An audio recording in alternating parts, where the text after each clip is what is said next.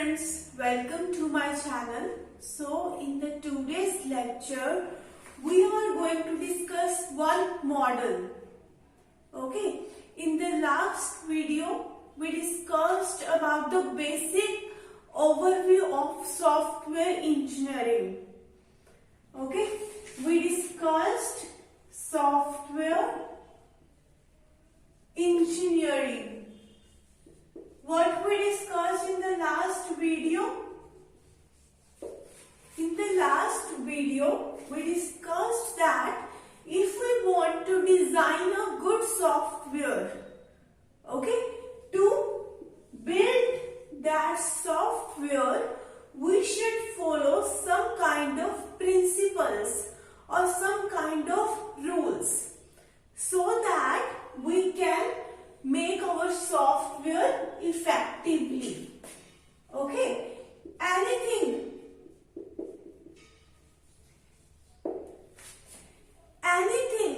if you do systematically, you definitely get success in that. Okay, if we are just making our software randomly the way we want without following any kind of procedures or rules, then we will not get our software to be very effective. Okay, so we have some models, some ways to design a software. We have several number of models that how we can design our software. Okay, we will start models from the basic. We have several good models, but we will discuss each and every model one by one.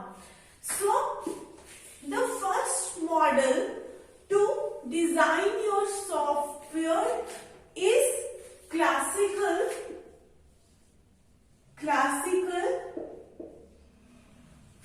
waterfall model.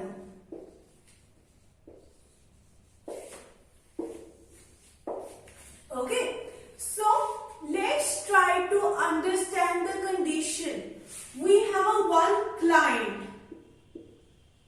Okay, client needs some software to run the business. Okay, we have a one client. This client want to run a business. So this client need a one software. Okay, so it is going to get some software to run its business.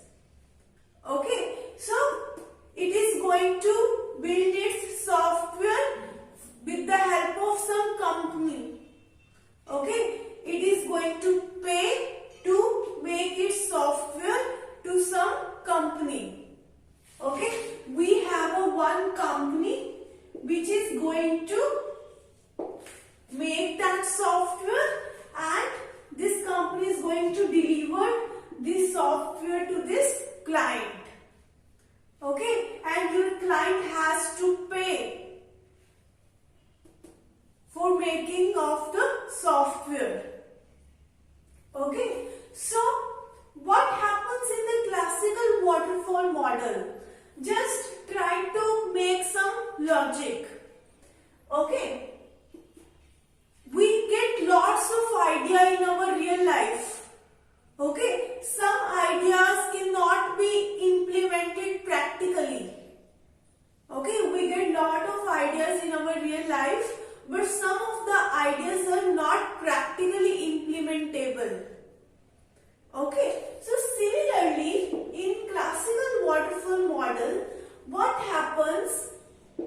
Whatever software your client need, firstly we will check the feasibility. Okay, the first step is feasibility.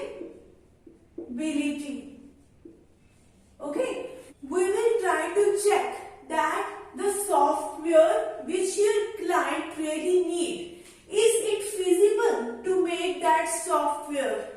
Is it practically possible to build this software? Okay, and what is the budget you really need to build this software. How much your client can invest on your software. Within that money, are you able to build this software?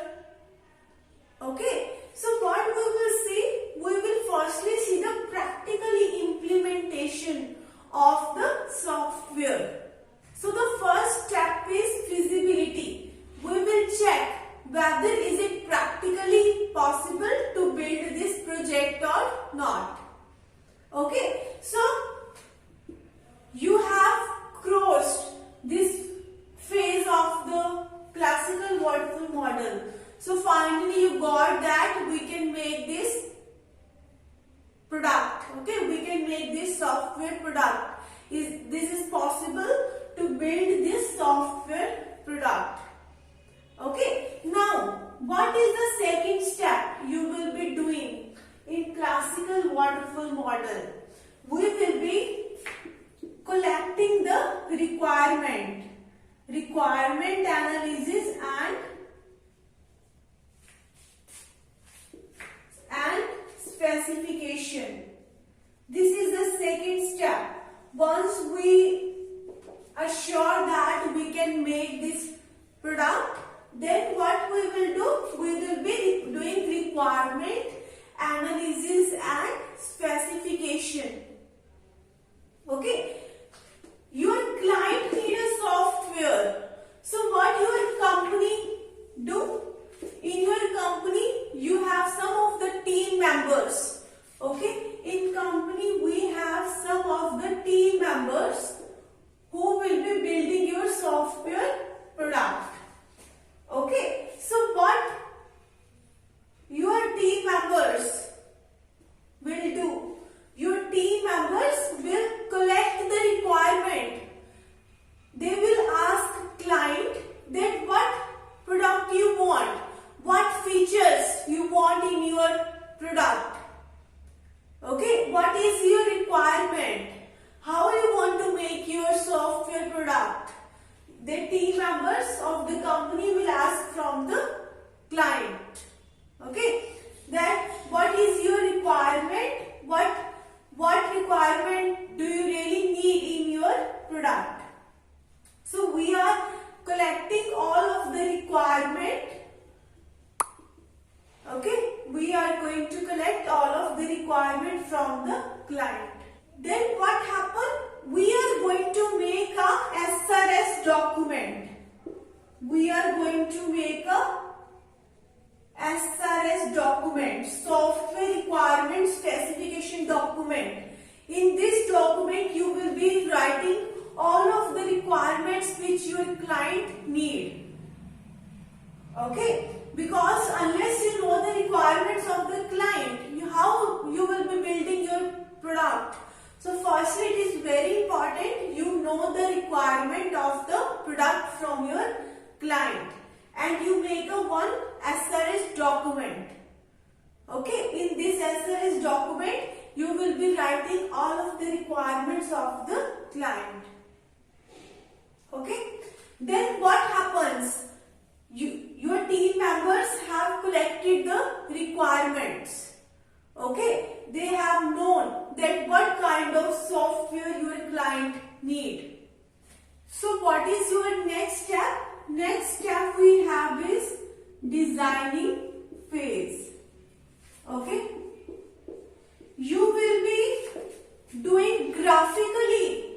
You will be making graphically the complete overview of the software product, because now you have got all of the requirements from the customer or the client. Now you will be doing designing phase. If you have watched my database management system videos, we have discussed ER diagram there. We have discussed ER diagrams. Okay, what we are trying to do, your company or your service provider has got requirements from the client. actually implementing the product, it is better firstly you design your software product. Okay, it will make your implementation easier if you are making the designing of your product. So we have discussed in database management system ER diagrams. You can make ER diagrams. With the help of ER diagrams, you can get the complete graphical representation of your product. Or what you can make data flow diagrams. Okay, why we are making all these diagrams? Because it is going to give you the complete overview of your product.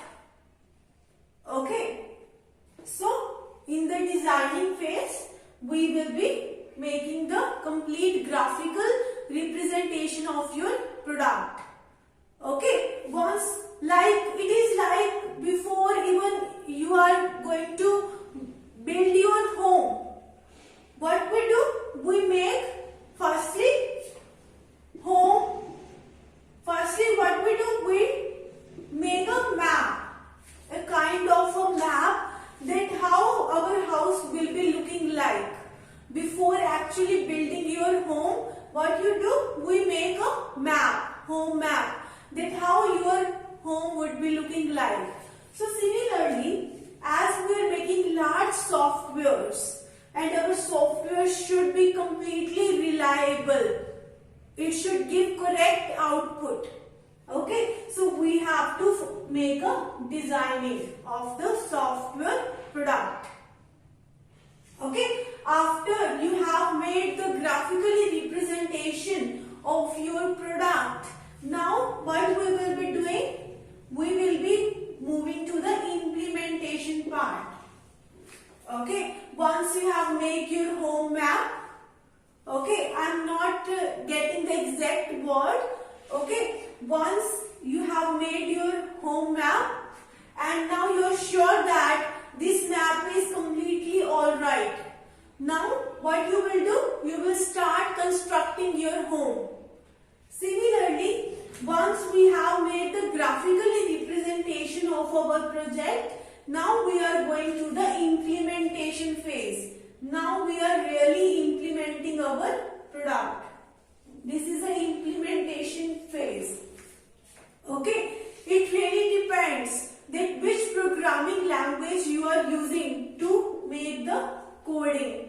Whether you are using Java, you are using PHP, or you are using .NET. Okay, that really depends which language you are using. But now, whatever requirements you have got from your customer, now you are going to implement all of that functionalities.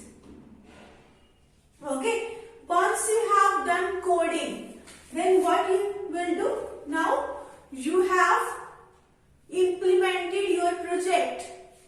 Okay, you have made your project, but it is not that there would be not any errors. There would be definitely lots of errors in your product. So what we do? We do testing.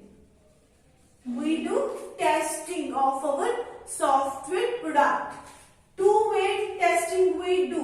One is unit testing and other is integration testing. Okay, we have made a big project, so it is very difficult to test your complete project in one go. Firstly, we are going to test each and every module of our software product. Okay, when you are making your software product, you have lots of modules present in your product. Okay, one module you can call it as a one functionality. Okay, so firstly you will be checking unit testing, you will be doing unit testing, you will be checking each and every module individually.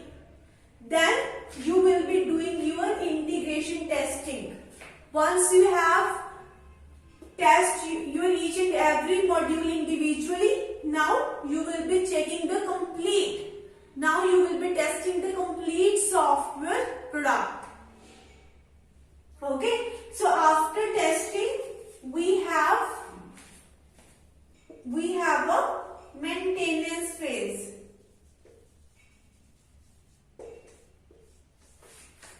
Okay. So we have made our project in a systematic manner, but still there is a chance that we might have got errors in our software product. Okay, in classical waterfall model, once you have go from one step to another step, you cannot go back to your previous step. Okay, once you have got the requirement from your client, now you are working on that requirement, and at a later point of time, if your customer says that please I want to add this functionality more, okay, so you will really having a problem in adding more functionality once you have made your complete project. Okay, so in classical waterfall model, we cannot backtrack. Okay, so that's why we say that this model is not practically implemented. Okay, we don't make use of it because it is very static kind of model. Once you have got the complete requirement, now you go to designing phase. And now when you are in a designing phase and your customer says that please add this more functionality, but you will not be going to add more functionality. Okay, and in maintenance, we also check whether our product, whatever software product we have made, whether it is going to run on each and every environment, or it is running on some of the environment. Okay, which operating system is supported by your product. Okay, whether it is going to run on all of the environment or it is able to run on some of the environment. That we really check in the maintenance. In this case, your customer is trying to check the product. You are going to deliver your product to customer and customer is going to check this product. Okay, so I hope that you have got a basic idea of classical waterfall model. If you have any query, I have mentioned my email ID in the description box. You can contact me on that email ID. If you like my video, please like, share and subscribe my channel.